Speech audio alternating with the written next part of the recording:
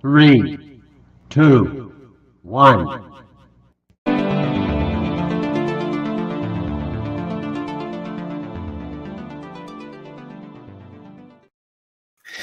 Good morning and welcome to week 10 of the NFL season. This is the Fantasy Football Happy Hour podcast.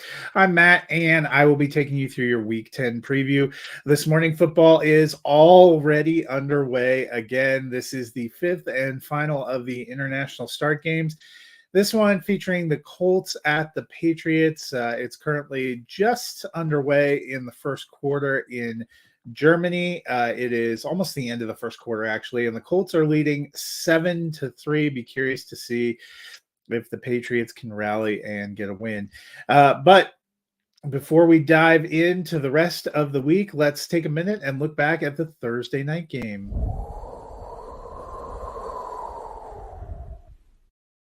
Thursday night football featured the 1-7 Carolina Panthers at the 2-7 Chicago Bears. Justin Fields and Khalil Herbert did not clear in time to play in this one, but Tyson Bagent moved to 2-2 on the season as the Bears got the 16-13 victory. 7 of those points for the Panthers coming off of a punt return. Their offense continues to struggle even with number 1 overall pick Bryce Young. Of course, since the Bears hold both teams' first-round picks, this was an interesting matchups. It's quite possible that the Bears will have a couple of top 5 picks in this upcoming draft. Be curious to see what they do, especially if they land the number 1 overall pick again. This was not much of a game. Hopefully, most of the games on the Sunday slate will be a little bit better. The Chiefs, the Eagles, the Dolphins, and the Rams are all off this week, so you won't be seeing any of them. But let's go ahead and dive into my games of the week. First up, the morning window game is a battle of rivals. The Cleveland Browns come in 5-3, looking to battle the 7-2 Baltimore Ravens. These two teams played earlier this season. The Ravens routed the Browns at home, but Deshaun Watson was not available for that one. We got Dorian Thompson-Robinson in his lone start this season. Did not go well for the rookie. Presumably things will be a little bit better with Watson under center for the Browns. Both these teams have fierce defenses. It'll be interesting to see kind of the matchup with the offenses as they can be with Watson going against Lamar Jackson. A lot of pressure on the Browns. The AFC North is a division that has all of its teams above 500, which is a pretty good mark. The Ravens leading the way at 7-2, tied for the best record in the AFC right now with the Kansas City Chiefs. This could be a chance for them to pull a half game ahead and also to really put a lot of distance between them and the rest of their division, especially as they go into some divisional battles with the Ravens coming up next Thursday night with the Bengals coming up on Thursday night. So this is a really key stretch for the Ravens to kind of define whether they can lock up their division and sort of play toward a higher seed or whether they're going to have to fight for the division down the stretch. I expect this to be a good game. May not be the highest scoring game. Both these defenses, as I mentioned, are pretty stout, but some good offense too. We shall see.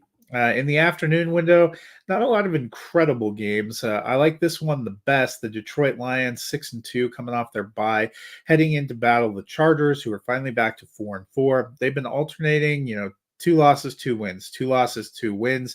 If that cycle continues, they'll start their losing track for a couple of games. But they would really like to right the ship and kind of make a playoff push of their own. The AFC is getting very crowded. As we mentioned, there are 4 teams in the AFC North that are all above 500. You have a couple in the East.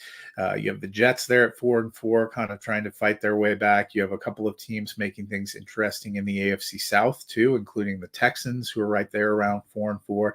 So there's going to be plenty of competition for those last wild card spots. The Chargers need to start developing some sense of stability moving forward. But the Lions have looked like one of the NFC's best. They now have the Vikings kind of in their rearview mirror. The Vikings are 5-4, making a strong push, not quite as much distance as there used to be. So coming out of the bye, they need to pile up these quality wins if they want to be a serious contender in the postseason. I like the potential in this one. Sunday Night Football, we are treated to a Jets in primetime game 2 weeks in a row. This time they will be at the Raiders. The Raiders got that big win last week, in the first game without Josh McDaniels, with Aiden O'Connell under center, the Jets coming up short against the Chargers on Monday Night Football. Now they both meet here primetime Sunday night. Zach Wilson, good defense, going against the Raiders, who, their offense still a little bit of a work in progress. I don't know to expect a lot of points in this one, but it could be an interesting game. It has some stakes for both teams. If the Raiders can get back to 500, they too can start making a playoff push. Meanwhile, the Jets, if they want to remain in the playoff hunt and give some hope that if Aaron Rodgers made a comeback this season from that devastating injury, that there would be a reason for him to be out there, they need to start making a push now. Finally, the Monday Night Football game this week, the Denver Broncos, fresh off of a bye, coming in at 3-5. They won 2 straight going into the bye after a really brutal start. Will be in Buffalo to take on a Bills team that's 5-4. And, things have not broken their way particularly well. This game has a lot of intrigue. I'm very excited to see this. Obviously, as a Broncos fan, I'm excited and nervous. Can the Broncos coming out of the bye maintain that momentum and make kind of an unlikely playoff push? That's been a lot of the talk around here. But this, could be a battle, an interesting battle. We also get to see Von Miller, who was just an incredible player for the Broncos, playing for the Bills, going against his former team for the first time. So that'll be something to check out. So those are some of the games on the slate this week that I'm excited to see. Hopefully we have a pretty decent Sunday slate, get some good mileage out of these matchups, unlike last week. Well, now that we've looked at the games, let's look at some lineup options.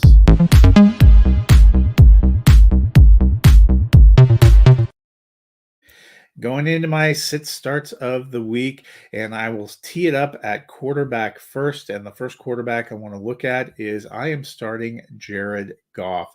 I know road Goff isn't as appealing as home Goff, but the Lions are having a great season. You know what? The Chargers' defense and sense of home field advantage does not really scare me. When you combine that with 4 teams on a bye and the number of injuries at quarterbacks, it's easy to see why I still have Goff as a top 12 option. He's QB 12 on the season, even factoring in a bye week. I am firing him up. On the flip side, I am sitting Will Levis of the Tennessee Titans. Look, Levis got the nod to be the starter the rest of the season. That makes total sense for the Titans. And I've liked what I've seen from the rookie in 2 games. It's great for him, and it's probably going to be a good move long-term for the Titans. He's still viable as a super flex option, but if you're talking about a top 12 option at quarterback, which is the standard I set in these sit starts, he's just not there for me. He was great in his debut. He threw 4 touchdowns and got a win. But in game 2, an interception, no touchdowns. This week, he's on the road against Tampa Bay, and I'm just not trusting him as a QB1. So I am sitting Will Levis. Moving on to the running back position. And one of the big games of the day is the Jacksonville Jaguars hosting the San Francisco 49ers. I was close to making that one of my games of the week. I just like the Cleveland-Baltimore thing a little bit better. But Travis Etienne at running back, I'm firing him up. The Jaguars are 6-2, and they're having a great year. Part of that success has been Etienne. He's running back 3 on the season, averaging more than 20 points per game. Yes, they're playing the 49ers, but he's a weapon both in the running game and in the passing game. He's in my starting lineup. I think he's still a top 24 option at the position. On the other side, I'm sitting Zach Moss. Look, Moss has been a great story. He has helped the Colts a lot. He's in the game that's currently going in New England, but Jonathan Taylor is, to start out the season, he was there on PUP and Moss had time to shine, but he got a big new contract. And as he's come back, we've seen him progressively getting a bigger share of the work. Last week, he doubled up Zach Moss in touches. Taylor also a big part of the passing game. I think we're kind of starting to see that transition. Yes, Zach Moss is RB6 on the season. You might be tempted to start him, but I just don't think that he's still a top 24 option. I think we're going to start seeing him be more of a deep league flex option. So he is a sit for me. In that Colts game, though, I do like Michael Pittman Jr. Rest of the receiving core, a little bit banged up. Josh Downs, Alec Pierce, they've been a little bit banged up and beat up. Michael Pittman has been rock solid. He's wide receiver 11 on the season, averaging 15.3 points per game. He only has one game this season with less than 10 points, so he's had a very stable floor. He also has a great connection with Gardner Minshew. It's a winnable game here against the Patriots, so of course I'm starting him with confidence. My sit is actually Gabe Davis of the Buffalo Bills. He's just not a reliable starting option. Now, you could see him get 3 catches for 188 yards and 2 touchdowns this week. That wouldn't shock me. But you also can get what you got last week, which was a goose egg. In a crucial game against the Bengals, he didn't get a single reception. And that ought to tell us something. He will probably have a catch this week, but he's facing an improved Broncos secondary off a bye week. He's just not a stable top 24 option for me. Now we move on to tight ends, and you know what? I'm back on the Taysom Hill train. And how can you not be? Just when you thought he was out, he pulled me back in.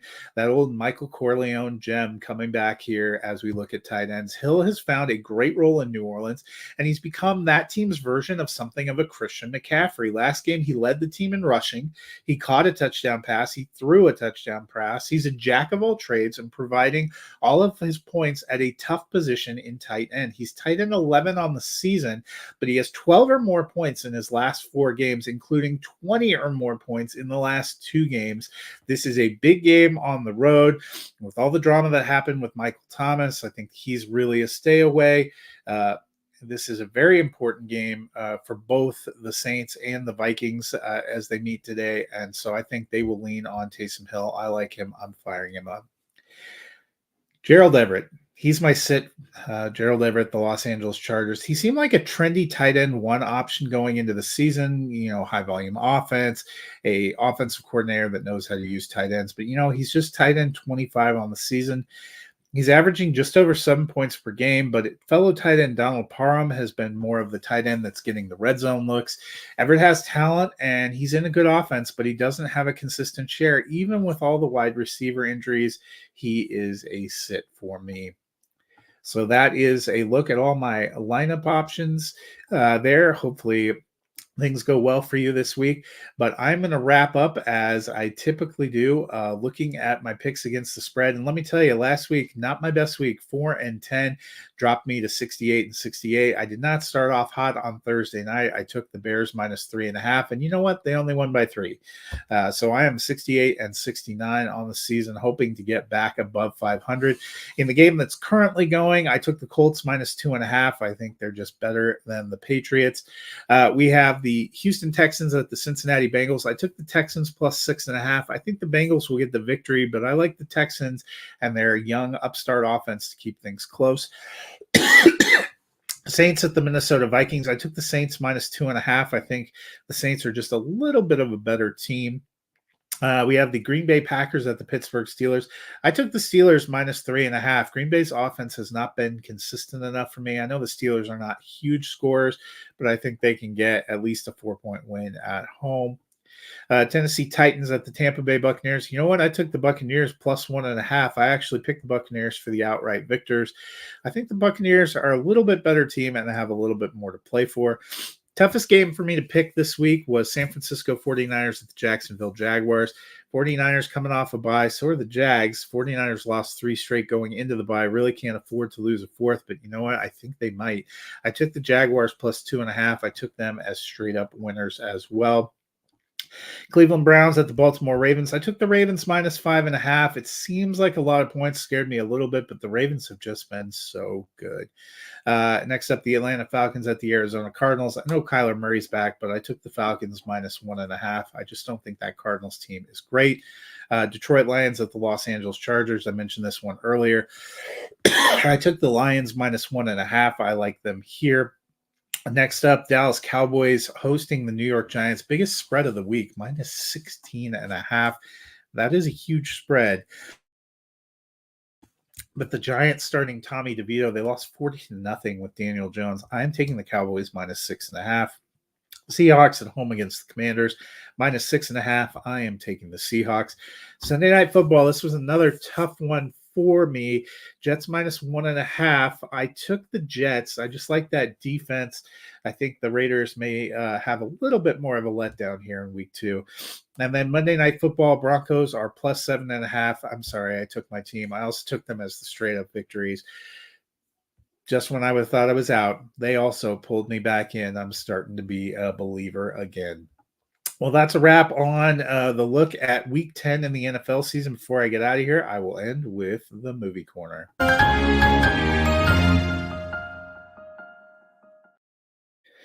Huge release in the MCU this week as The Marvels is in theaters. Eric and I will be looking at that tonight at 7 Eastern on This Week at the Movies. A couple other films. I really enjoyed David Fincher's The Killer, which dropped on Netflix on Friday. Great performance from Michael Fassbender.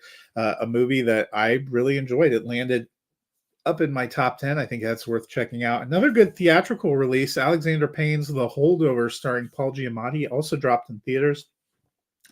If you're looking for something with humor, heart, a little bit of pathos, that is well worth checking out. So it was a great week for new releases. And if you want to learn more of my take about the Marvels and Eric and I looking back at Captain Marvel and Miss Marvel, join us tonight at 7 Eastern. Otherwise, you guys have a great Sunday of football. And I promise you, if you tune in at 7 Eastern, you won't really miss that much of the Sunday night football game because it's Jets Raiders and there'll probably be 10 points total scored. So giving you an alternative.